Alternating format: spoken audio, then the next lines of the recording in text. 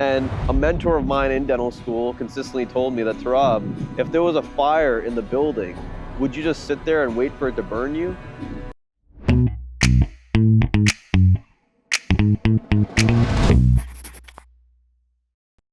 You're a cool person, I get it, but it's not going to get you everything in life. It's something that if we hold on to, we're not going to learn the real execution that's required for people to genuinely respect us over time. I failed with this for many, many years because I thought I was a charming person. You know, I thought I had the looks and the jokes and the little nuances and the personal stories that I could connect with anyone in the world, and that they would hold my hand and take me wherever I wanted to go. But the reality is, if we continue to have this mentality, if we allow ourselves to bask in our own personalities and our ego, we're not going to get the legit talent skills that are required to be useful and valuable in society. One of the greatest things that I had to do in that process of unlearning that it's not just about personality, that it's about execution, was passing dental school, for instance, right? There's a lot of little things that these schools get us to do that are absolute bullshit. We don't want to do them. But the reality is every single person that earns their degree does XYZ thing until they get to that end point. And a mentor of mine in dental school consistently told me that, Turab, if there was a fire in the building, would you just sit there and wait for it to burn you? Right? You would get out of your chair and move your ass to the exit just like everyone else. You might be unique, you might be specific, you might have an interesting philosophy on the world, but that doesn't mean that you can escape from having the actual things done that need to be done. For instance, financial knowledge, what it means to have personal finance taken care of. How do we spend our money, right? Are we saving things? Why are we saving things? How do taxes work? You can't fail, or you can't cheat your way through that knowledge. That's something that you have to learn day after day and actually go and absorb that information. When it comes to being physically fit, you can't just go to the gym one time. You have to be consistent about it so that you can see results in a year from now. That can't be something that you put a facade about. Most of the time in my life when I was younger, it was really beautiful to have an interesting personality, to have emotional intelligence to some degree. And fine, now I'm at a point in my life where I don't really care if people like me or not. But it's still a very useful thing to have.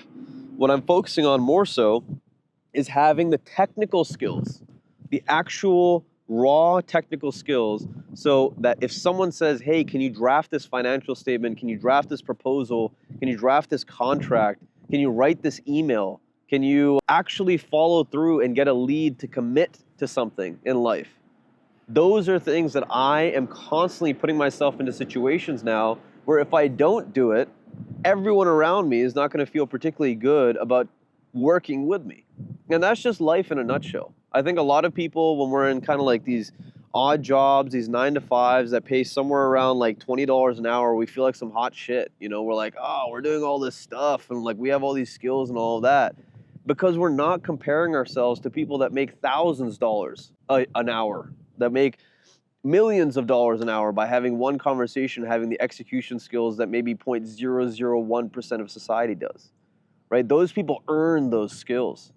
They had to sacrifice their time. They had to sacrifice their weird thoughts, their objections about being that type of individual in order to get to that level. And they had to put themselves in very risky, awkward situations to learn those skills. One of my greatest pieces of advice to you and to anyone that is looking to build out these technical skills is go and put yourself in situations where you are literally working for free to learn this skill. Because you learning that skill will make it so that you can apply it to something that does pay and you get paid more for having that skill. Most people are like, dude, I need to get paid for every single hour. Time is money. But the reality of it is, when you get to a certain stage in life, money is a mirage. There are trillions of dollars being moved around the entire world through handshakes and casual conversations. How did those people get to those stages in life? They met the right people and they got incredible technical skills so that people trust them with that amount of value. You cannot earn that in a 9-to-5 job. You have to earn that with sweat equity. You have to earn that by actually doing the work and putting yourself in awkward situations where you don't necessarily have the time, but you make the time to learn that skill. And if you're really smart about it, you figure out the thing that you're really good at doing and you double down and triple down and quadruple down on that thing, and then find other people that did that in different skill sets that aren't yours and work alongside with them so you can use comparative advantage to your advantage to actually build the things that you want to build. That's what incredible companies are built by, right? These leaders are saying, hey, I need these different skills, and they go and find that person that did the sacrifice, that had the sweat equity, that spent 10 to 15 years or one really good year learning all the skills that are required to execute on those tasks. So it was an excuse that I made a long time ago to myself that I could get away in this life with my personality. But then I met some people that do some real shit and have the personalities that I respect, and I realized where exactly I was going wrong. Actualize your potential catalyst. This world needs you.